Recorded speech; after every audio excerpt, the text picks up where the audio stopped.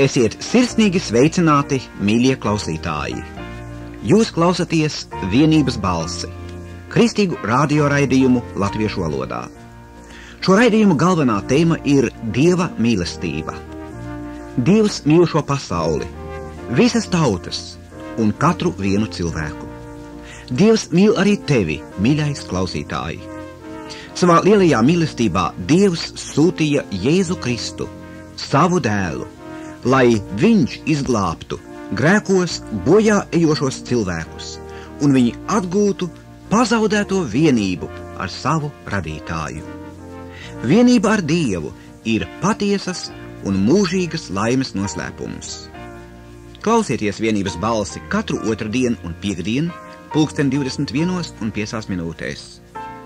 Aiciniet arī savus draugus klausīties šos raidījumus. Ceram, ka arī šī vakara vēsts jums būs par svētību.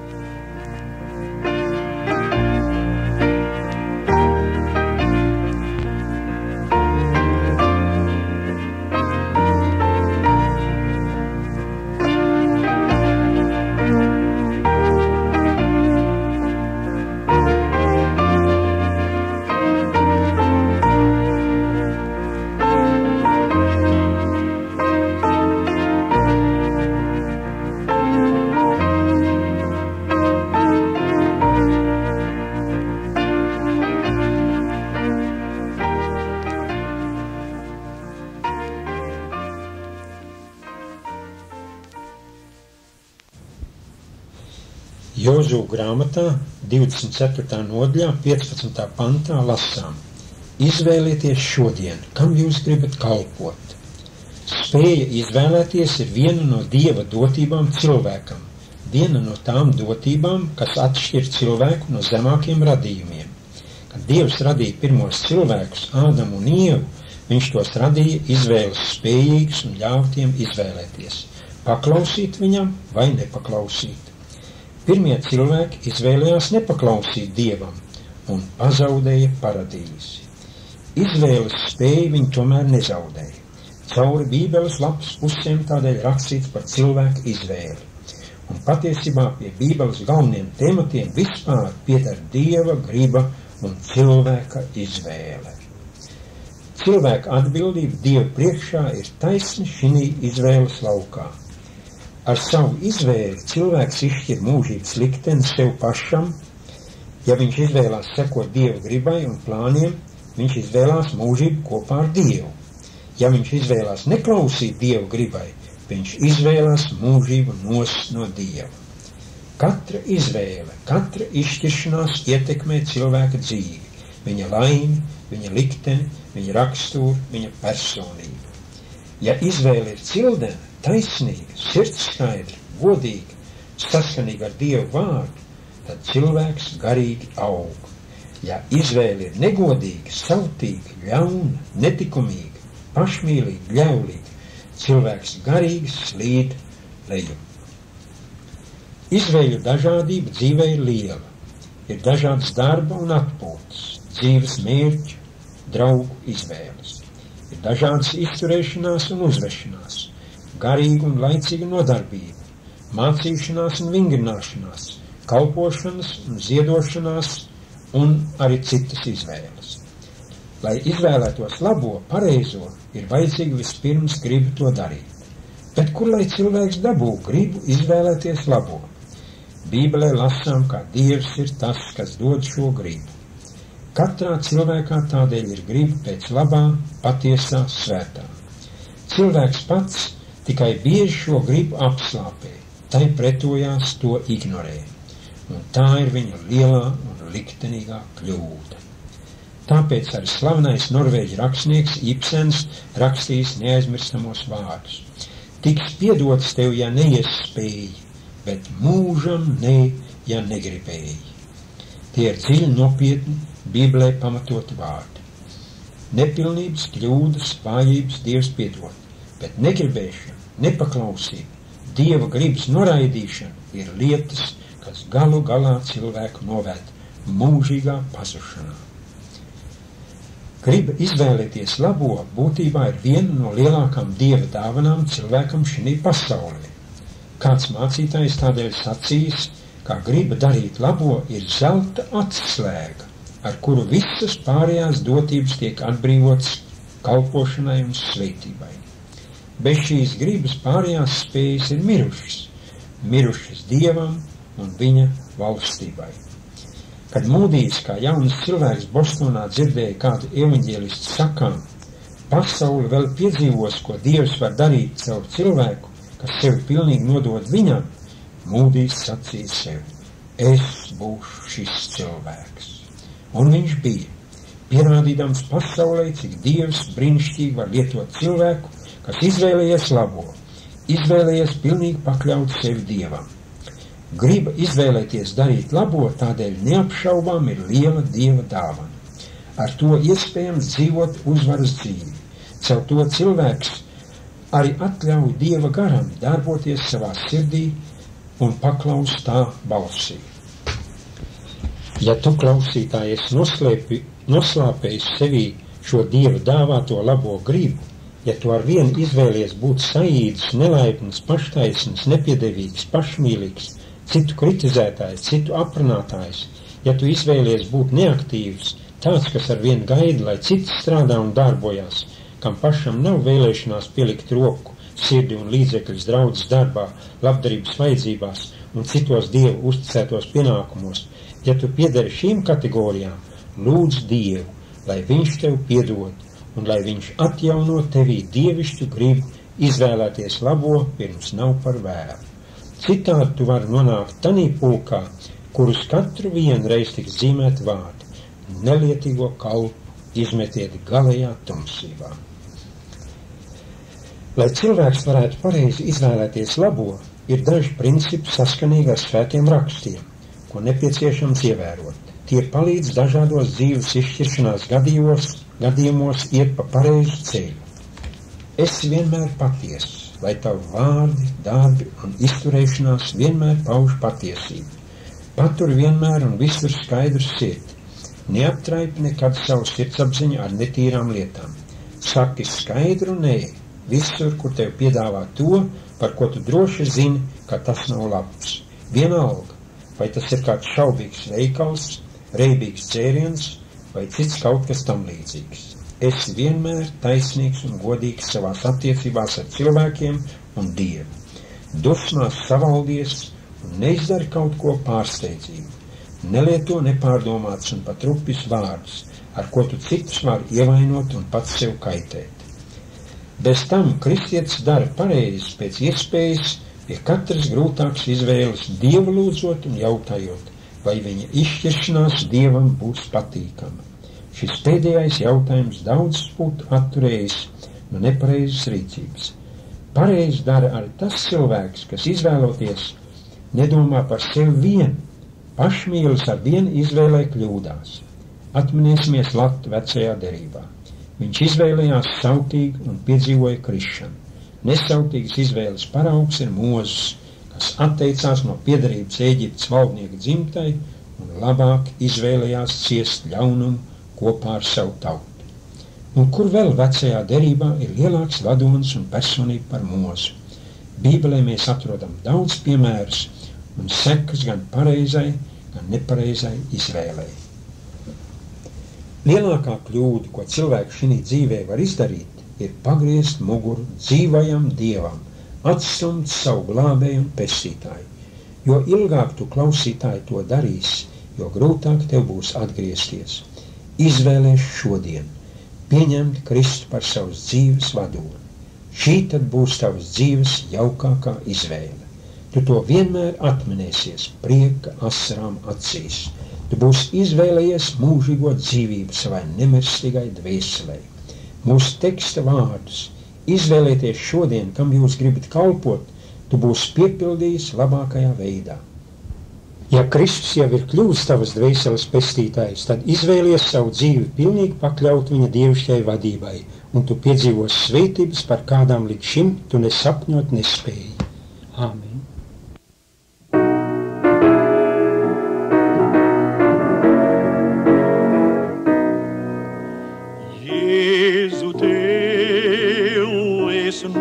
Nuodlos, pie kājām zemojos, gribu tev vien piederēt, visu upurēt. Lai vien notiek, kungs, tavs prāts, un tavs vārds top daudzināts, visās tautās godināts. Notiek, lai tavs prāts. Esi bijis pacietīgs, ļaunam bērnam piedevīgs, manu grēku pagadu izdeldējis tu. Lai vien notiek, kungs, tavs prāts, un tavs vārds top daudzināts, visās tautās godināts. Notiek, lai tavs prāts. Paštaisnībā pievīlos, dzīvot tev es izvēlos, darī mani grēcinieku tevim derīgu.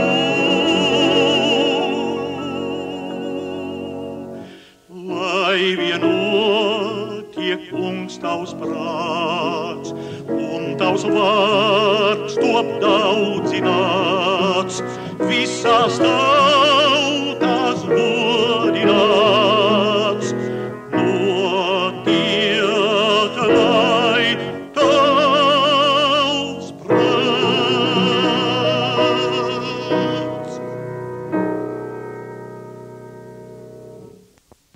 Mūsu kungs Jēzus kādā gadījumā viesojās farizeju priekšnieka namā. Farizeji bija jūdu ticības dedzīgākie ļaudis. Tur Jēzus stāstīja ļaudīm par Dievu valstību. Viņš stāstīja par bagātu cilvēku, kurš bija nodomājis sarīkot savam dēlam mielastu. Top izsūtīti daudz ielūgumi, bet ielūgumi top noraidīti. Beidzot top ielūgti visi cilvēki. Tāds ir Dievs. Viņš aicina visus cilvēkus uz lielu mielastu, kuru viņš cilvēcei ir sagatavojis. Šis mielasts ir kristīga dzīve. Arī tu, mīļais klausītāj, esi aicināts. Vai tu šim aicinamam sacīsi nē, ja vai tu atsauksies un sacīsi jā? Kā ieaicināti atsaucās bagātā vīra aicinājumam uz mielastu? Tie visi pēc kārtas sāka aizbildināties. Viņi sacīja, mēs nevaram ierasties tavā mielastā. Viņi aizbildinājās ar dažādām lietām. Viens vīrs bija nopircis zemes gabalu un sacīja, ka viņam jāiet to apskatīt. Viņš bija ieinteresēts vairāk šīs pasaules lietās nekā Dieva valstības lietās. Cits sacīja, es esmu 5 jūgus vēžu pircis un nejūtos aplūkot. Lūdzu, aizbildini mani. Ļoti maz būs tādu cilvēku, kuri pirks vēžus, bez kā tos iepriekš neizmēģinātu darbā. Šāda niecīga lieta atturēja šo cilvēku no Dieva valstības. Vēl cits sacīja, es sievu esmu apņēmis, tāpēc nevaru noiet. Bet vai viņš nevarēja nākt kopā ar savu jauno sievu? Ģimenes situācijas nedrīkst mūs aizkavēt no ieiešanas Dieva valstībā. Bībele skaidri saka, ka mums nav ar ko aizbildinātos. Romiešiem 1:20. Jēzus stāstīja šo stāstu, lai parādītu, ka mums nav iespējams izvairīties no Dieva aicinājuma. Mums ir vienīgi jāsaka vai nu jā, jeb nē. Ko sacīsi tu, mīļais klausītāji? Daži ļaudis saka, es šīs lietas nevaru saprast. Es nevaru saprast arī Bībeli. Klausies, neviens cilvēks nesaprot visas lietas Bībelē. Retie cilvēki saprot radio vai telefonu uzbūvi, bet tas neaizkavē mūšos aparātus lietot. Mēs nevaram definēt elektrību, bet mēs nevaram iztikt bez tās. Ļaudis saka, es nesaprotu Dievu. Es arī nesaprotu. Kāds seno dienu gudrais ir sacījis, ja Dievs būtu tik maz, ka cilvēks viņu varētu saprast, tad viņš nebūtu tik liels, lai apmierinātu cilvēku lielās un mūžīgās vajadzības. Bībelē ir rakstīts, kur ir laba griba, tā ir apsveicama ar to, cik tā spēja, vairāk nevar sagaidīt. Citiem vārdiem, neraugoties, cik gudrs un izglītots vai arī neizglītots tu nebūtu, tev ir jānāk pie Jēzus pa to pašu ceļu, pie Jēzus ir jānāk ticībā. Šī nākšana nav aklas ticības lēciens. Tavs prāts varētu to visu saprast un pieņemt, ja tas nebūtu grēka aptumšots. Bībelē par to ir rakstīts, šīs pasaules dievs, proti velns ar grēku palīdzību, ir apstulbojis neticīgās sirdis, ka tiem nespīd Kristus godības evaņģēlija gaišums, kas ir Dieva tēls. Tavs prāts ir grēka aptumšots. Tāpēc tev ir jānāk ticībā, un tikai tad tu sāksi saprast. Varbūt kāds no klausītājiem iebilst. Man nepatīk tas, ko es redzu notiekam baznīcā. Tur ir daudz liekuļu. Īstenībā tas ir ļoti vājš iegansts. Vai jūs tāpēc neiesiet pie ārsta, kad daži ārsti kļūdās? Vai jūs tāpēc vairs nedzersiet pienu, kad tam ir pieliets ūdens? Daži saka, es savā dzīvē nejūtu nekādu vajadzību pēc Dieva. Šie cilvēki ir līdzīgi Bībelē minētajiem laudiķiešiem. Viņi nejūta vajadzību pēc Dieva. Viņi pat lepojās. Es esmu bagāts bagātīgi, un man nav nekāda trūkuma. Bet Dievs saka, kad es raugos uz tevi, tad es redzu, ka garīgi tu esi nelaimīgs, nožēlojams, nabaks, akls un kails. Ārēji mēs varam izskatīties labi. Mēs pat varam būt baznīcā gājēji. Bet, kad Dievs raugās mūsu sirdīs, viņš redz, cik tālu mēs esam no viņa. Mums ir nepieciešams ieiet viņa valstībā, nodoties viņam pilnīgi, iesākt viņa vadībā jaunu dzīvi, nododot savas dzīves Kristum. Jēzus sacīja pieminētiem laudiķiešiem, redzi, es stāvu durvju priekšā un klaudzinu. Jēzus Kristus saka mums, ka mums ir nepieciešams atdarīt mūsu sirdis viņam. Cik bēdīgi, ka mēs tad sakam nē un mēģinam aizbildināties. Daži saka, es bīstos, ko citi ļaudis par mani domās. Šis ir ļoti izplatīts aizbildinājums. Ļaužu domas. Ļausim, lai patiesība, ne pūlis, nosaka mūsu izšķiršanos. Es piekrītu, ka ir grūti būt Kristus sekotājam, un jo īpaši bezdievīgā valstī. Daļa no grūtībām ir tā, ka ļaužu vairākums mums nepiekritīs, varbūt pat vajās. Klausies, Jēzus dienās daudzi atradās līdzīgā situācijā. Viņi cilvēku atzinību mīlēja vairāk nekā godu Dieva priekšā. Jāņa 12:43. Daudzi citi saka, ja es nākšu pie Kristus, tad man no ļoti daudz kā jāatsakās. Es to vienkārši nespēju. Jā, lai kaut ko lielu iegādātos, nopirktu, mēs esam gatavi strādāt dienu un nakti, atteikties no patīkamiem brīžiem ģimenes vai draugu vidū, no dažu laba komforta. Lai atgūtu veselību, mēs esam gatavi atteikties no daudzām patīkamām lietām. Lai iegūtu zelta medaļus, sportis ir trenējies 8 pat 10 stundas dienā, gadiem ilgi. Dievs mums ir devis to vislabāko.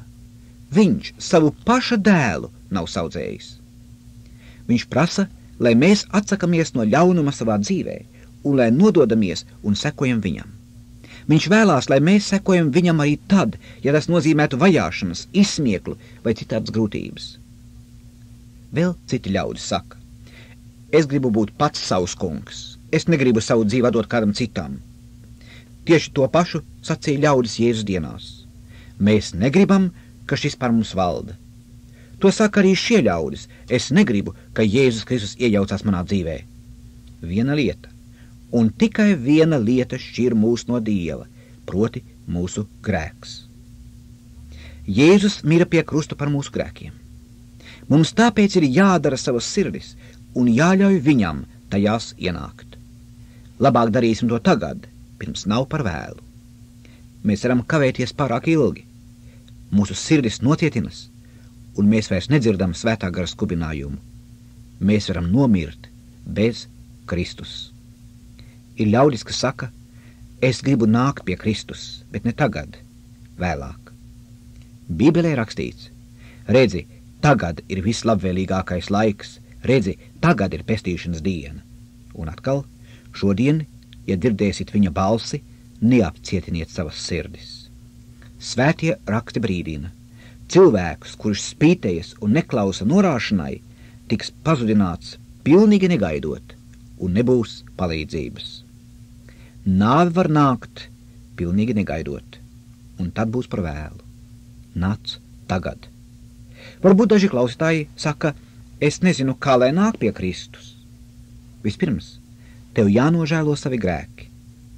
Saki, kungs, es esmu grēkojis. Man ir žēl, ka esmu grēkojis. Dari to nopietni.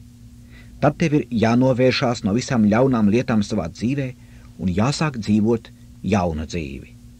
Vārds atgriezties nozīmē mainīt domas. Protams, tu pats to izdarīt nevari. Tev ir vajadzīga Dieva palīdzība. Ja tu gribēsi, tad viņš tev palīdzēs. Otrkārt, ticībā uzņem Jēzu. Nekavējies. Kad apustulis Pāvils un Sīla bija cietumā un cietuma sienas zemestrīcē sagruva, cietumasargs izsaucās, kungi, kas man jādara, lai es tiktu pestīts? Cietumsargs vakarā bija klausījies viņu liecībā un dziesmās, un tagad jautāja, kas man jādara?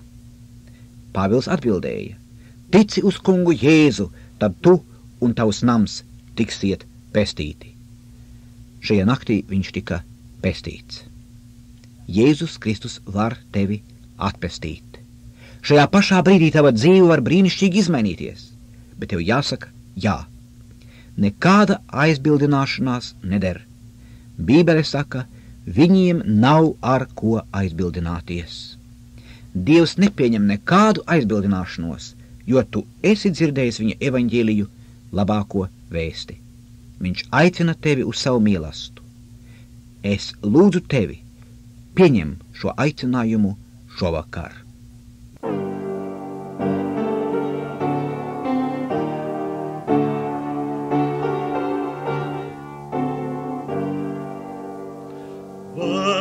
Vētras vilnos nav neviena,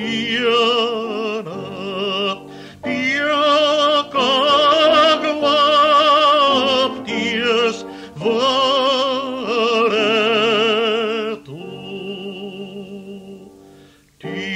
Tikai Jēzus pie tā varu, nabaks atrast patvēru. Manu galvu dzīves prūdos tura viņš par ūdeņiem.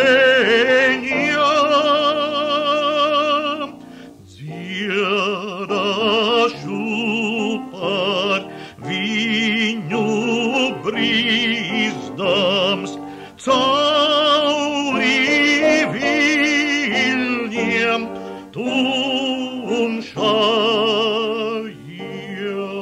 tumšajiem. Kas man atņems žēlastību, ļaudīs vai šie niecīgie. Mana tēva solījumi mūžam paliks tie. Dzīve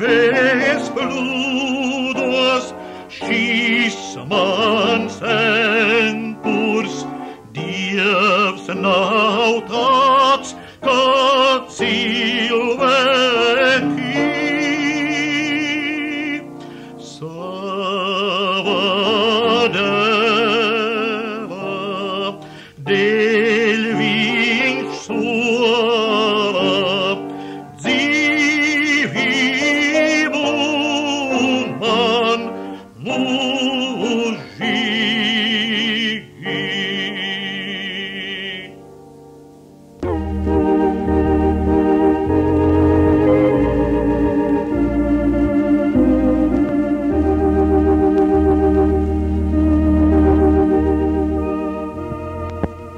Mīļie klausītāji, jūs dzirdējāt vienības balsi.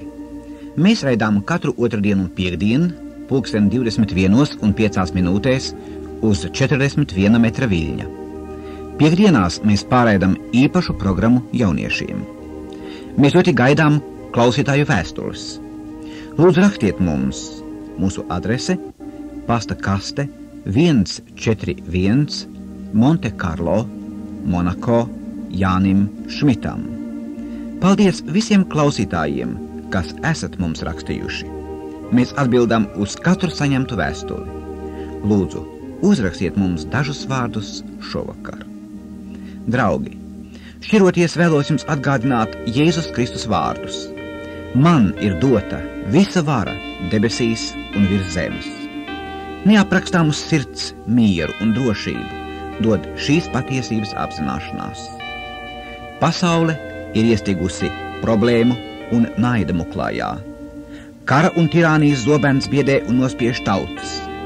Bet Kristus mācekļi, neraugoties uz visām grūtībām, ar paceltām galvām iet cauri dzīvei, jo mūsu kungs ir uzvarētājs.